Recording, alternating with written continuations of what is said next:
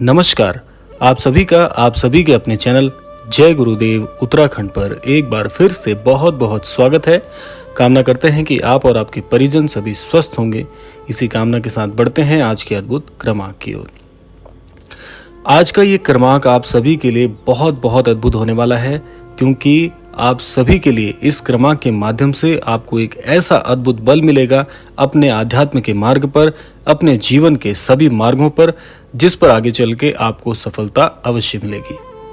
तो आइए बिना समय व्यर्थ किए हुए बढ़ते हैं आज के अद्भुत क्रमांक की ओर।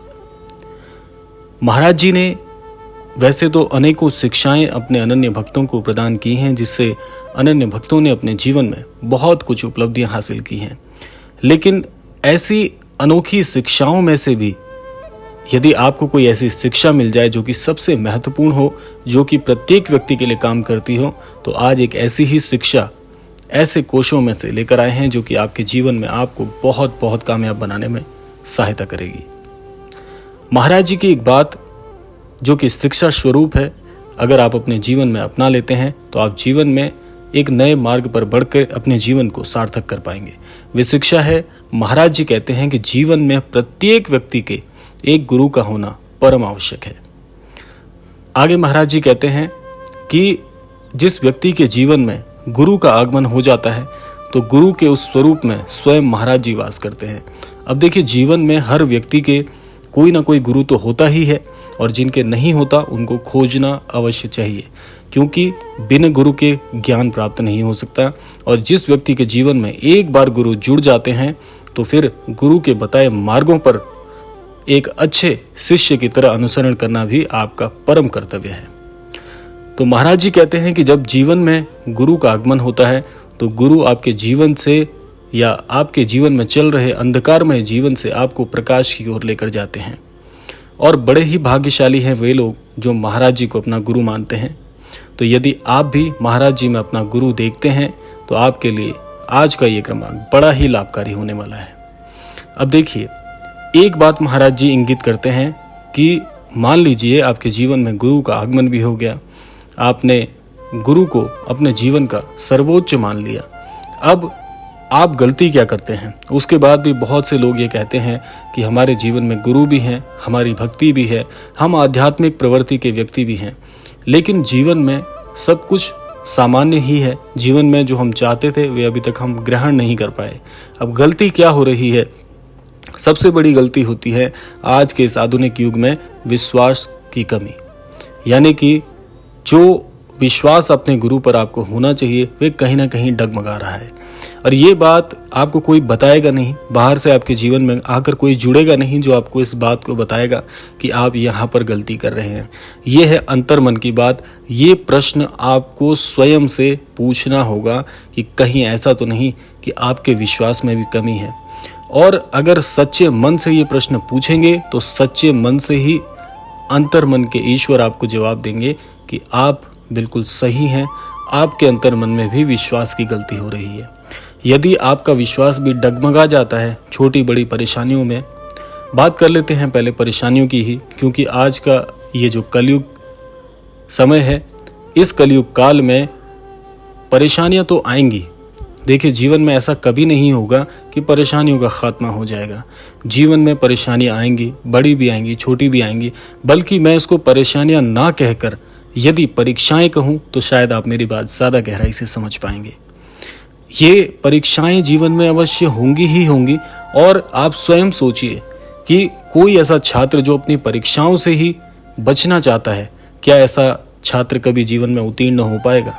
कभी नहीं हो पाएगा। तो इसीलिए परीक्षाओं से बचिए मत, परीक्षाओं का सामना कीजिए। यदि आपके गुरु ने आपको इतनी शिक्षा प्रदान कर दी है कि आपकी परीक्षा में पूछे जाने वाले प्रश्नों से आप घबराते नहीं, तो परीक्षा से बचना ही क्यों है?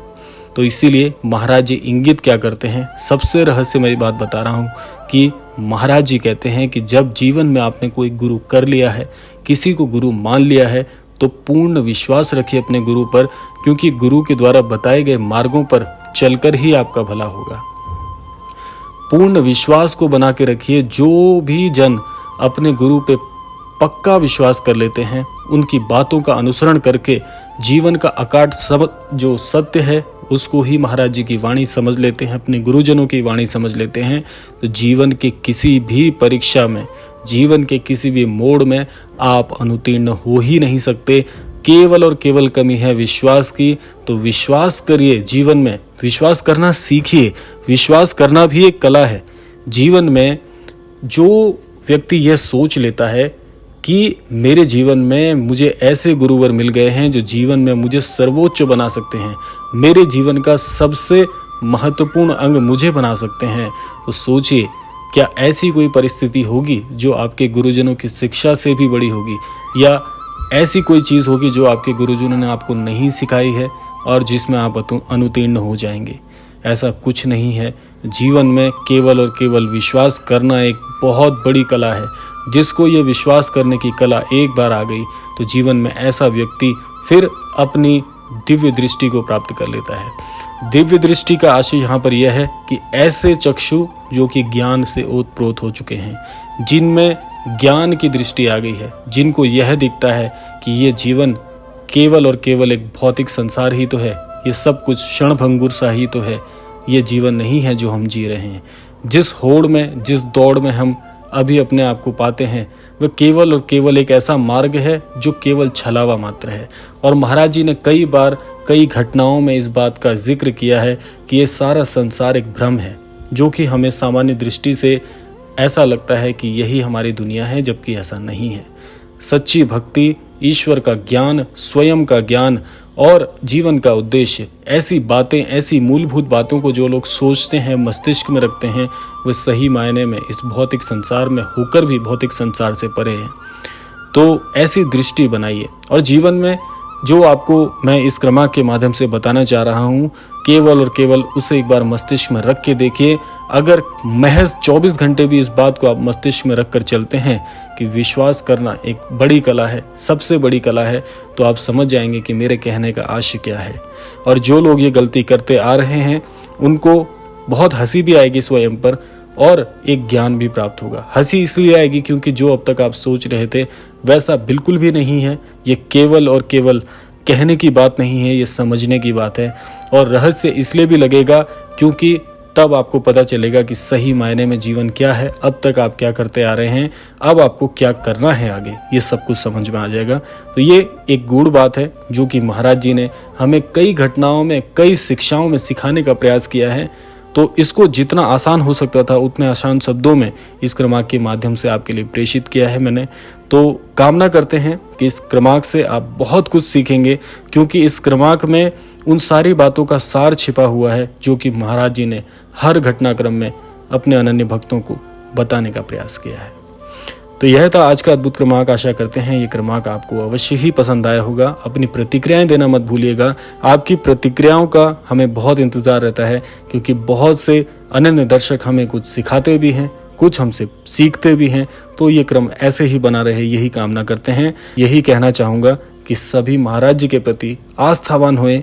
महाराज जी को अगर आप अपना गुरु मानते हैं तो महाराज जी की हर शिक्षा पर अमल करना आपका परम कर्तव्य होना चाहिए।